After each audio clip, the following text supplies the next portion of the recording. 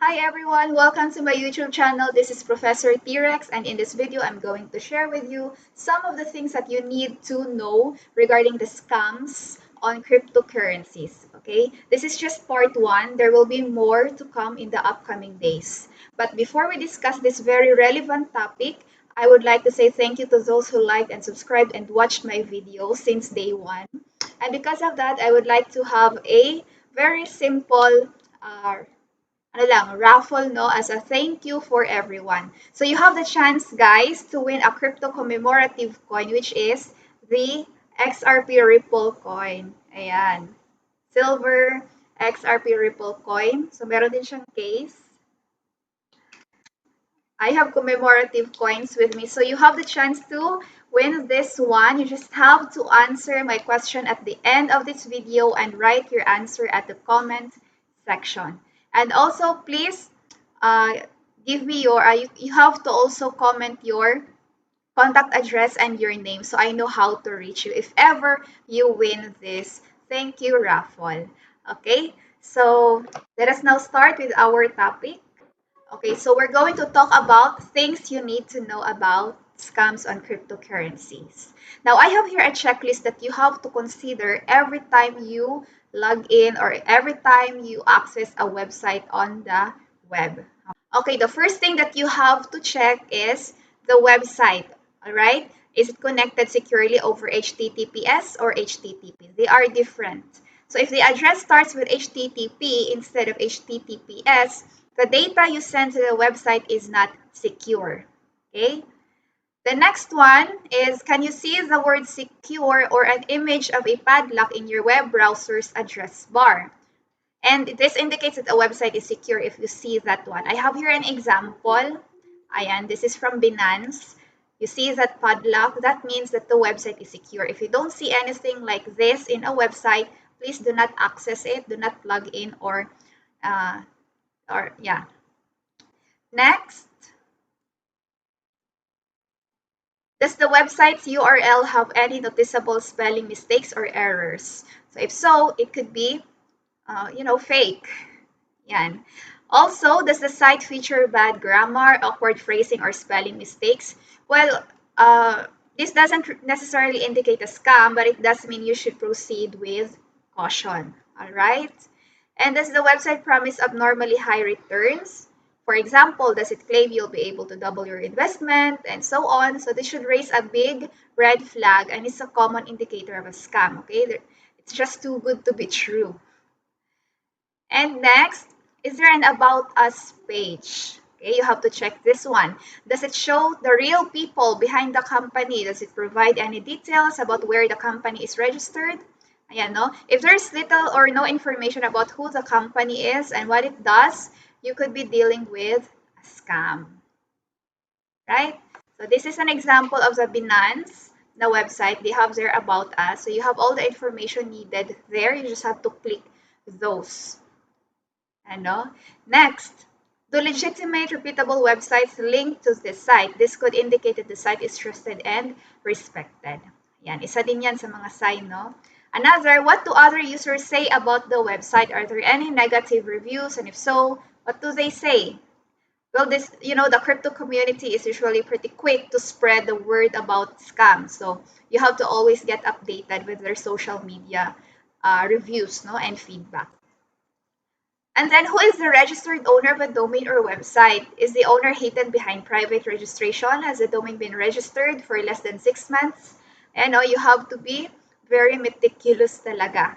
So I have here a website. You can find this information by searching for the platform's URL registration details on a site like whois.net.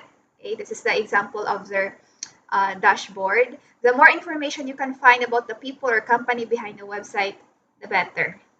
Okay, you really have to research background information. Another, is there anything else about the website that raises red flags or just seems too good to be true? Okay, if there's something that just doesn't seem right, you have to trust your gut. Just like what I said in my other video, you have to trust your intuition. Okay, and then does the website claim any celebrity endorsements? Well, many investment scams use fake celebrity endorsements to get people to lower their guard. Ayan. So, careful din kayo sa mga ganyan. Also, lastly, did you first hear about it on social media or did they approach you first? Social media and unsolicited messages are common ways for scammers to reach new victims, no? Lalo na yung mga nag-a-approach talaga sa inyo. Ayan. So you have to be very careful with those people. Alright?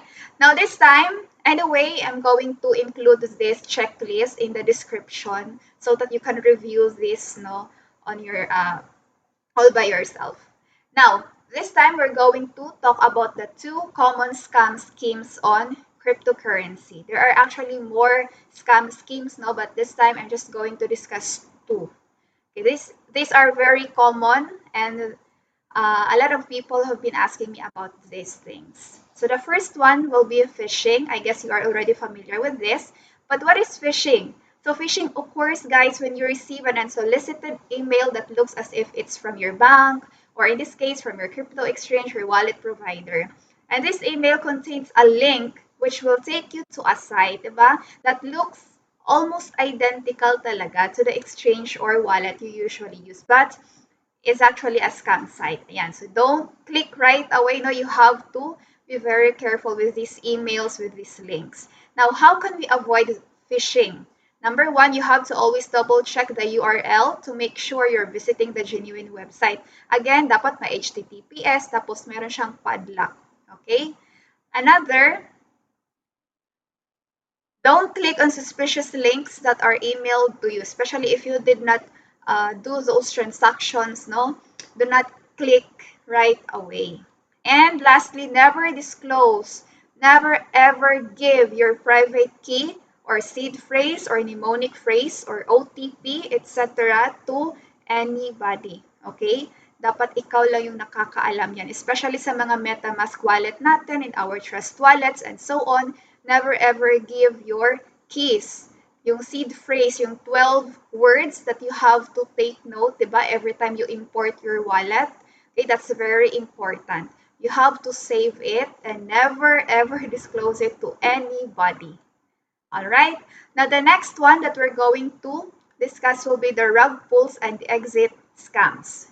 So what is a rug pull, no? Ito yung medyo trending ngayon. So a rug pull, guys, is a type of exit scam in which a smart contract is robbed of its funds by who? By one of the contract's own developers. So sila mismo. After a substantial number of users have deposited money. Yan. So rug pulls have become kasi increasingly common, no, in the DeFi space where users deposit funds into specialized smart contracts. Ito yung tinatawag natin na process known as yield farming. So once a large enough sum of funds has been deposited into the contract, ayan, one of the developers will then steal, no, the funds either using the contract's keys, ayan, depende sa kanila, or a hidden backdoor in the code. So may mga ganyan, no? And then a rug pull can be very difficult to spot. Actually, it's very difficult to spot before it happens, as they typically originate from a profitable group or projects rather that function as intended. Ayan. And then because of this, no, because of the rapid and dynamic nature of DeFi, users often pile in, no, to new projects early in their life cycle while profits are highest, which may give the project an unwarranted degree of trust. Ayan. So, nagkakaroon ng rug pulls, no? Yun pala yung mga plano. So, how can we avoid rug pulls and exit scams, exit exams? Okay, so how to avoid? Number one, you have to stay away or steer clear of DeFi projects where the private keys are held by one individual. Okay? Hindi pwedeng one individual lang. Ayan. And then beware of pseudonymous developers or teams without a thorough reputation. So, talagang do your own research all the time. No? And then look for DeFi projects that have gone through a smart contract audit by a trusted third party, as this will help reduce the likelihood of a backdoor attack. Although even this can be spoofed, no, sometimes. And then use restraint to avoid chasing gains and jumping into a project before it has time to prove itself. Ayan. So time will also tell, no? Time will also test. And then remember that none of these methods are foolproof and that DeFi is a high risk space. That's why I've always told you that you have to invest at your own risk. So that's it, guys. That's the end of our discussion on this, I don't know, on our topic on scams on cryptocurrencies. Now, before we go to our question and answer portion, I just want to share with you a very short update regarding the token DRK and what to expect about its price. All right, so this is the latest chart of the RK token. So again, I just want to remind everyone again that these are the prices that you have to check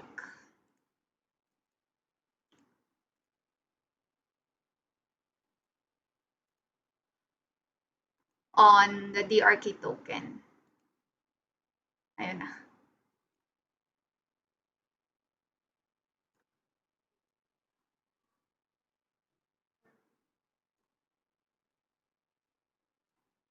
So currently, the price of the token is at 0.039,700.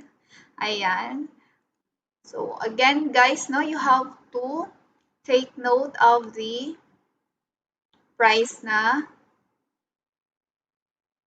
0.049. So ito yung sinasabi ko in my other previous videos that you have to take note of this price kasi ito yung kanyang all-time high.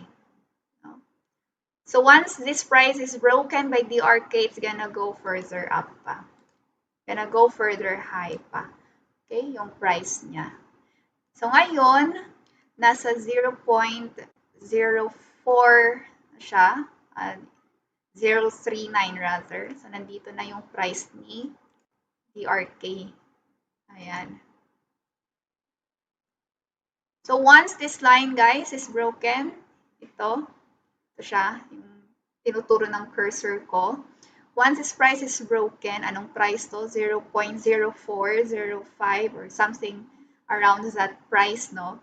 Pag yan nabasag ng candles, the price would go higher pa up to 0.049.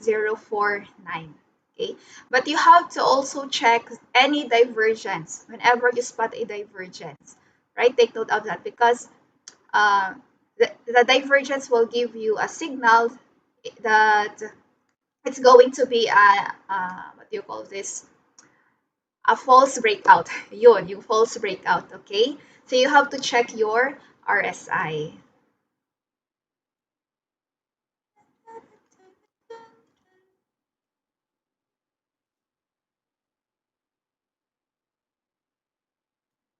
So this is our RSI. Let's see if we can spot any divergence. Ano? Careful tayo, no, sa mga false breakout.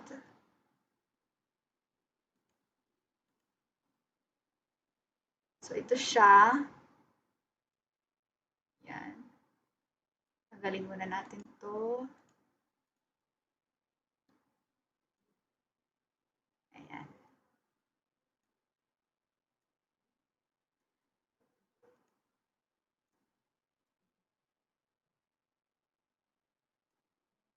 Alright.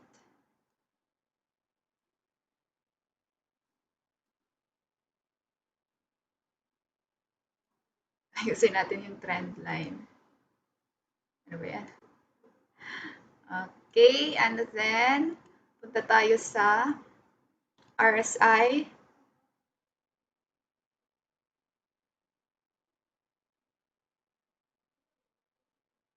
Okay. Ayan guys, no? As of now, I see a divergence in our chart. And this divergence is a sign that it's going to go down. Okay? So, may ibababa pa siya.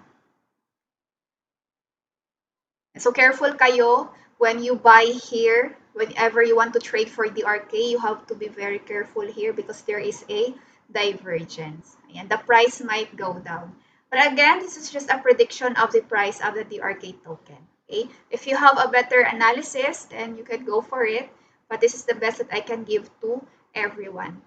So I hope this short ano lang, no, and basic technical analysis on the DRK token, just an update, has been a help to everyone. Ayan. So, bantay-bantay kayo dyan na price. Okay? At saka ito talaga yung babantayan ninyo, itong 0.049. Pag yan talaga guys, the break ng candles, aangat pa talaga yung price ng DRK. Okay? So, that's it for our short technical analysis. Now, let's go to our question and answer portion.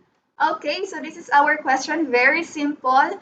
Who is the founder and the CEO of Binance?